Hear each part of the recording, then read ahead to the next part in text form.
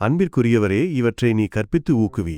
மாற்றுக் கொள்கைகளை கற்பித்துனம் ஆண்டவர் இயேசு கிறிஸ்துவின் நலம் தரும் வார்த்தைகளுக்கும் இறைப்பற்றுக்குரிய போதனைகளுக்கும் ஒத்துப்போகாதவர்கள்தர் பெருமை கொண்டவர்கள், ஒன்றும் தெரியாதவர்கள், விவாதங்களிலும் சொற்போர்களிலும் பைத்தியம் கொண்டவர்கள், பொறாமை போட்டி, மனப்பான்மை பழிச்சொல் பொல்லாத, ஊகங்கள் ஓயாத மோதல்கள் முதலியன இவற்றிலிருந்தே உண்டாகின்றன. உண்மையை இழந்தவர்களிடமும் சீரழிந்த மனத்தை கொண்டவரிடமும் இவை காணப்படுகின்றன. இறைப்பற்று பெரும் ஆதாயம் தருவதுதான், ஆனால் மனநிறைவுள்ளவர்களுக்கே தரும். உலகத்திற்கு நாம் எதையும் கொண்டு வந்ததில்லை, உலகத்தை விட்டு எதையும் கொண்டு போகவும் முடியாது. எனவே உணவும் உடையும் நமக்கு இருந்தால் அவற்றில் நாம் மனநிறைவு கொள்வோம்.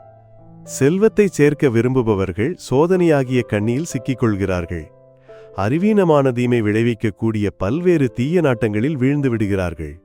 இவை மனிதரை கேட்டிலும் அழிவிலும் ஆழ்த்துபவை. பொருள் ஆசையே எல்லா தீமைகளுக்கும் ஆணிவேர். அந்த ஆசையால் சிலர் விசுவாசத்தினின்று பிறழ்ந்து திரிந்து பல வேதனைகளை தாங்களாகவே தங்கள் மேல் வருவித்துக் கொள்கிறார்கள்.